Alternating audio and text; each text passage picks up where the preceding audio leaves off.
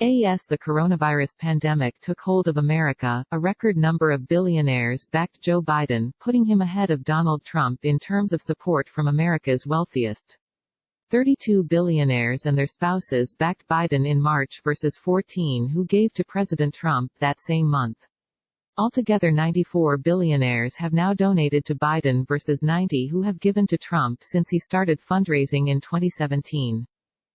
Biden has the momentum. The former vice president received contributions from 27 billionaires or their spouses for the first time in March. Contributions from 13 of them came after Trump declared the coronavirus pandemic a national emergency on March 13, 2020, according to the Federal Election Commission filings. Some of Biden's new billionaire backers had previously supported other Democratic candidates. On March 2, 2020, the Biden campaign received $2,800 from Netflix NFLX CEO Reed Hastings, who had contributed to former South Bend, Indiana, Mayor Pete Buttigieg's campaign last year.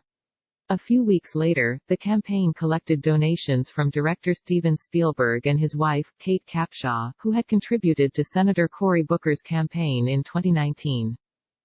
The president's re-election campaign received 10 new contributions from billionaires and spouses of billionaires in January, February and the first days of March, before the pandemic shut down much of the country, according to the latest filings. All of them donated via the president's joint fundraising committees with the Republican National Committee, Trump Victory or Trump Make America Great Again. Some of the biggest contributions came from casino titan Sheldon Adelson and his wife, Miriam, who gave $1.16 million to Trump Victory. Fellow Las Vegas magnate Steve Wynn, who resigned from his post as finance chair of the Republican National Convention in 2018 amid allegations of sexual misconduct, which he has denied, donated $468,500 to the same committee.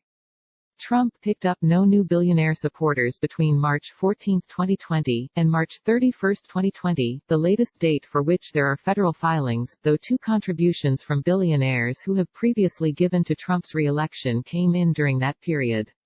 Forbes found that Trump Victory received $25,000 from lumber billionaire Archie Red Emerson on March 18, 2020, and Trump Make America Great Again received $1,000 from Liberty Media chairman John Malone on March 30, 2020. In March, Biden's campaign received contributions of $111,000 from billionaire supporters, a small sum compared to the $3.8 million that the Trump campaign and the RNC raised from billionaires and their spouses through joint fundraising committees in essentially half the time. That's in part due to the fact that until late last month, Biden did not have a comparable joint fundraising committee set up, and so individual donors were limited to giving a maximum of $5,600. The Biden Victory Fund, launched in April, will allow donors to give up to $360,600 per person, money that will be divvied up between the Biden presidential campaign and the Democratic National Committee. When asked about the dearth of new billionaire donors to one of Trump's joint fundraising committees, Trump Victory, an RNC spokesperson said, "We are still receiving contributions from large and small donors." That committee raised about $6 million between March 14, 2020, and March 31, 2020, from all of its donors. That's down about 60% from the same time frame in February and down about 30% for the same time frame in January. In total, Trump's campaign committee raised just $13.6 million from all donors in March, less than one-third of Biden's $46.7 million haul. But the president still has far more cash on hand, $98.5 million, thanks to 3 years of fundraising efforts, than the former vice president, who has just $26.4 million. It's not yet clear how the pandemic has affected April contributions. New filings detailing that fundraising will come out May 20, 2020. Going forward, the key question in the billionaire horse race will be not just how many tycoons are supporting each candidate, but how much money those backers are willing to shell out.